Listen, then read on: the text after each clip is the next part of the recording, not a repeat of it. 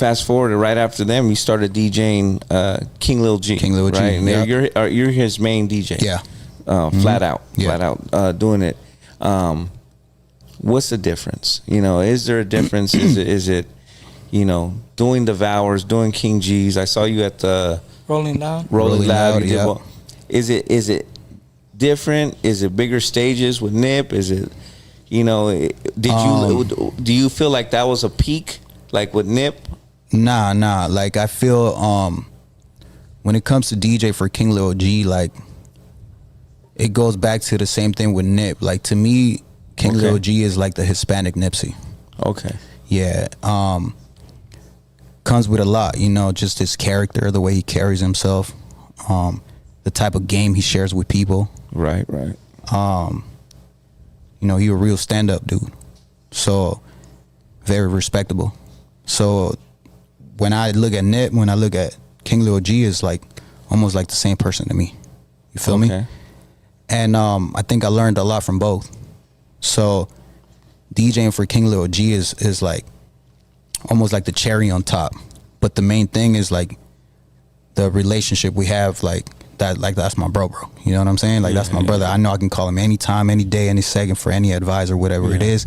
He gonna call me too, and then we gonna chop it up. We talk about family, all that stuff before we even talk about music.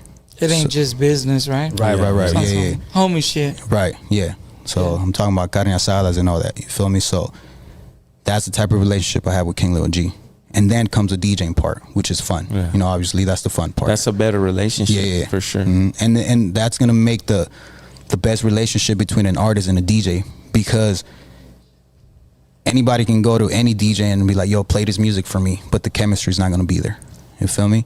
Like me and King Lil G, we've never had a playlist. Never, not once. We've never rehearsed, none of that. You just know what he wants. Yeah. It's like when you go to the barbers. You don't right. You didn't ask him no more. You just go, we sit, and it's like, oh, the same. I bet. That's dope. You don't know you leave. Fuck. Exactly. You know. Yeah. So like we just go, we wing it, and you know, we might have an idea of what we want to do, but like sometimes, like we've tried before in the past, like, all right, cool, like we're gonna make this playlist, it's 25 songs, and sometimes like the 24th song comes in like third, just because he said some keywords that I remember, and it's like, all right, he might want this song next, and then I play that song next. So that relationship, that chemistry, you can't just get it with like, he can't just go to any state and then give the music to the house DJ and be like, all right, you're gonna DJ for me today. How'd you meet him?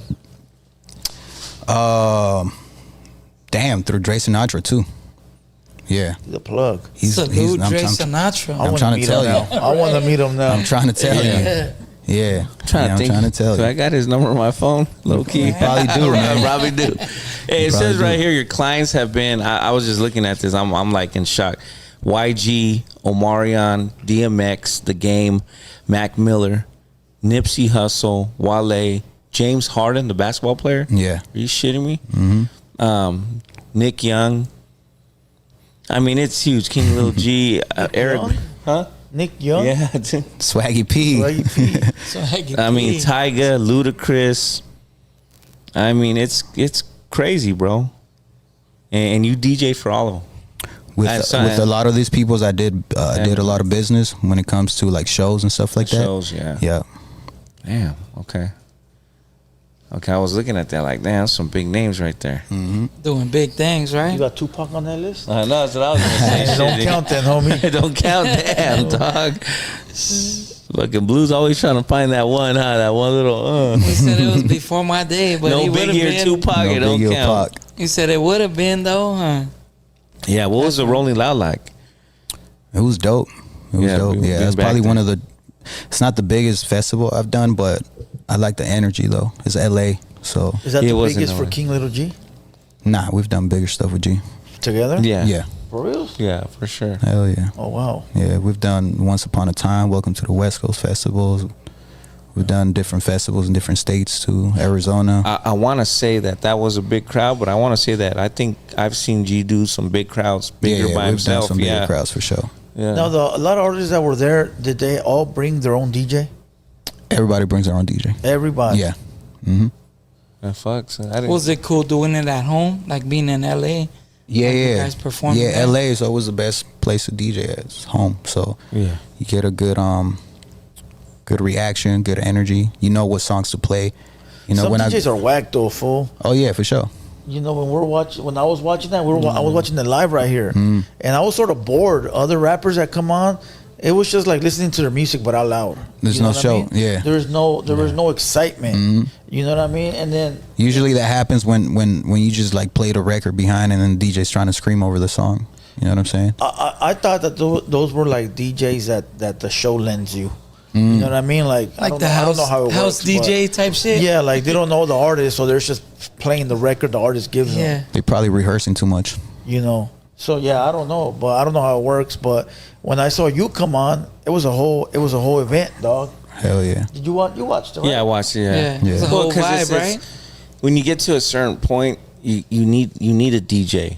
You know, when you're doing the little shows, like you're just trying to come up, you're using that little USB you plug in. Right, you just get You in know the- what I'm saying? You make your own show tape and then you put it in, right? But if Right. you can have your DJ go with you to those shows, it's cool. Yeah. You know, but when you're doing big shit, you need somebody like Lico. It goes beyond just pressing play on a button. You feel Yeah, me? Like, for sure. Like for me, it's like what I do for G, for Devour, anybody I DJ for. Like I don't just like show up and DJ. Like I'm with them.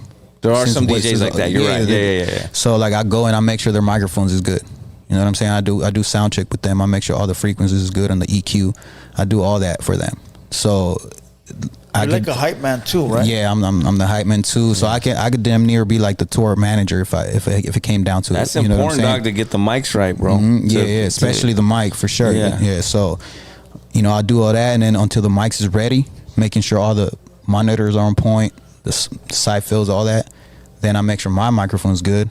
Then I make sure the music is good, and then we practice a few songs, and then that's the sound check. So the whole montage that I seen of like Chalino and Tupac, and you even had Ramon Ayala in there. You put that together? Yeah. What was the art behind that? That shit was tight. To me, I just feel like when it comes to like King Lil G specifically, like the whole Mexican pride has to be there, 100%. So I could really go with any of the classics, Chalino, Ramon Ayala, Vicente, and it's gonna move crowds as soon as I play the song. But I gotta like prep it right.